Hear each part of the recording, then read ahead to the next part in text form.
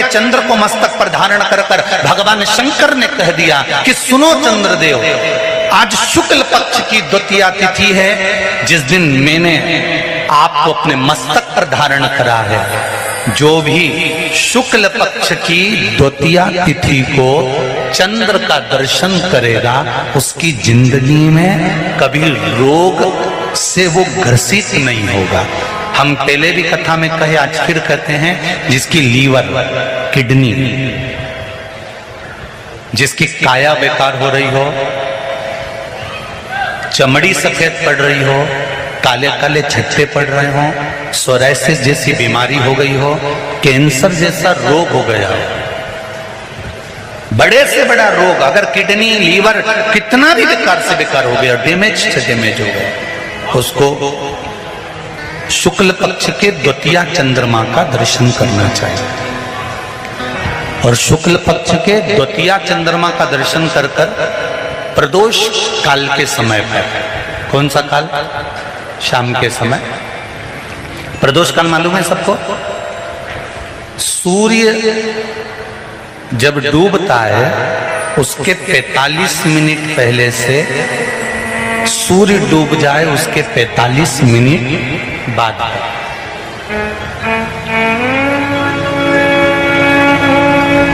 कितने मिनट पहले? जम के बोलो जरा। 45 मिनट पहले से 45 मिनट बाद प्रदोष काल का क्रम। चंद्रदेव का दर्शन कर कर कच्चे दूध का छींटा, सफेद पुष्प चंद्र को समर्पित करो। सफेद चंदन का छींटा चंद्रदेव को दीजिए।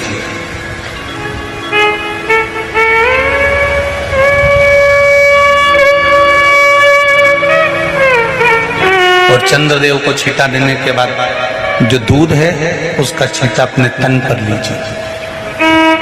सफेद चंदन थोड़ा सा अपने शरीर पर लगा लीजिए।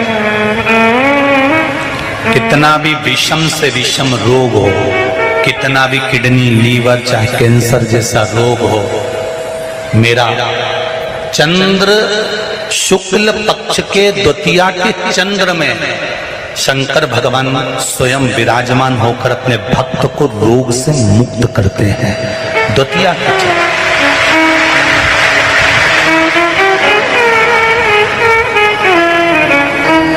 जम के बोलो कौन सी तिथि है? शुक्ल पक्ष के द्वितीया तिथि का चंद्र का दर्शन व्यक्ति को जीवन का सुख देता है। जिसके आंखों में तकलीफ हो, श्रवण शक्ति में तकलीफ हो, बोलने में, मुख में तकलीफ उत्पन्न होती हो, भारी से भारी रोग, शुक्ल पक्ष की द्वितीया तिथि को भगवान शंकर ने चंद्रदेव को अपने मस्तक पर धारण करा। तो शंकर भगवान ने कह दिया, सुनो चंद्रदेव, आज शुक्ल पक्ष की द्वितीया तिथि को मैंने आपको अपने मस्तक पर धारण करा है। संसार में रहने वाला, मृत्यु लोक में रहने वाला, चाहे देवलोक में रहने वाला, चाहे जिस लोक में वो निवास कर रहा है, अगर शुक्ल पक्ष के द्वितीया तिथि के चंद्रमा का दर्शन करेगा तो वो रोग से मुक्त रहेगा। अब हमारे यहाँ इतनी अच्छी अच्छी तिथियां दी हैं, कैलेंडर तक में लिखा हुआ है कि चंद्र दर्शन। अब उसके बाद भी लोग चंद्र दर्शन नहीं करें तो फिर उनका भाग्य बेकार। पंचांग में लिखा है कि चंद्र दर्शन, बोलो सही है कि गलत है? उसमें पंचांग में लिखा है कि चंद्र दर्शन, शुक्ल पक्ष की द्वितीया तिथि चंद्र दर्शन। एक छोटा सा प्रैक्टिकल है, आप करके देखेंगे तो बाबा कुबेर भंडारी वैसे ही भंडार भर देगा। थोड़ा सा प्रयास, अगर आपके सबके घर में गंगा जल है तो एक प्रयास करके देखिएगा। कोई कार्य के लिए आप जा रहे हैं और वो कार्य अटक रहा है, नहीं हो रहा, बहुत प्रयास कर लिया, बहुत दिन से लगे हुए कि ये काम होना ही चाहिए, ये काम बहुत जरूरी और होना ही चाहिए, नहीं हो रहा। एक कटोरी में गंगा का जल निकाल लीजिए और कटोरी में गंगा का जल निकाल कर तुम्हारे घर में एक सिक्का पड़ा हो, 1 रुपया, 2 रुपया, 5 रुपया, कोई सा भी एक सिक्का पड़ा हो,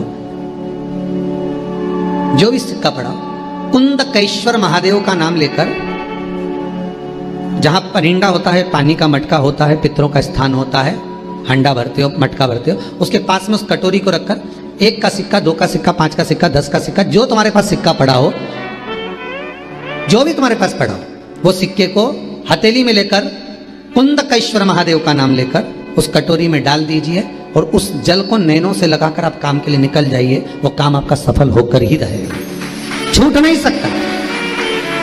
गंगा के जल में वो बल होता है, और आप जो सिक्का डाल रहे हो वो ये समझ कर डालें कि कुंदकेश्वर महादेव को मैं गंगा में स्नान करने के लिए। हमारे यहाँ पहले हमने भी देखा, आपने भी देखा होगा, किसी जब बारिश नहीं होती है या कोई काम अटक जाता है, जब बारिश, तो क्या करते थे पहले के जमाने में कि मंदिर को पैक कर दे, उसमें पानी भर दे शंकर जी के ऊपर। आपने कई जगह देखा होगा, उसमें शिव जी को डुबा, तो किसके लिए डुबाते थे? कुंदकेश्वर महादेव के लिए। ये नियम है कुंदकेश्वर महादेव का। पर आज के जमाने में तो चंपेश्वर महादेव है तो उनको भी डुबा दे, गुप्तेश्वर महादेव है तो उनको भी डुबा दे। ये उनके लिए नहीं है। कुंदकेश्वर महादेव किनका नाम है?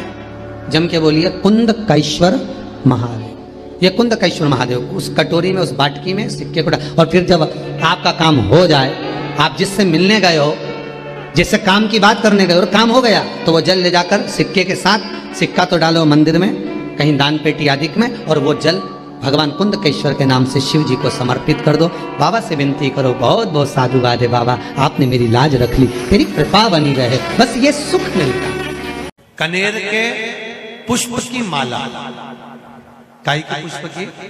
कनेर का वो पीला जो फूल होता है, आप टीवी पर दर्शन कर रहे होंगे, कनेर के पुष्प की माला, जो ऊपर जलाधारी लगी है, जिस जलाधारी में से बूंद बूंद पानी गिरता है, ये शंकर भगवान की 5 बेटियों का स्थान है। कौन कौन सी बेटी? नाम लो, जया, विषहरा, शामली बारी, दौतली, और 5वें नंबर की देव। ये शिव जी की 5 लड़की जो पानी बूंद बूंद नीचे गिरा रही है। शंकर भगवान की बेटियों के स्थान से शंकर भगवान की जो ये जलाधारी है, जलाधारी अशोक सुंदरी वाला स्थान, ये जो जलाधारी है, बेटियों के स्थान से जलाधारी तक जो कनेर के माला बनाकर स्पर्श कर कर लगा देता है, शिवरात्रि के दिन प्रदोष काल के समय पर उस पति पत्नी में कितना भी झगड़ा हो रहा हो, आपस में प्रेम बनना प्रारंभ हो जाता है। अदालत का केस धीरे धीरे समाप्त हो, अदालती कार्रवाई। यहां तक कहा गया कनेर का पुष्प, भाई भाई में विवाद हो रहा हो, जमीन के लिए विवाद हो रहा हो, किसी प्रॉपर्टी के लिए विवाद हो रहा हो, या किसी अन्य विवाद में पड़े हुए हो, या तुम्हारे दुश्मन बढ़ रहे हो, तो भी कनेर का पुष्प शिव को समर्पित किया जाता। कनेर सुख प्रदान, आनंद, जिसको कोई ना पाए उसको मेरा महादेव पाए। महाराज खाली न जाता कोई दर से तुम्हारे, मैं भी खड़ा हूं नंदी पाए, अपने हृदय लगा लो,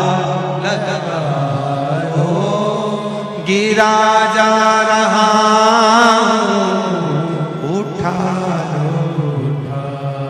शिव कथा।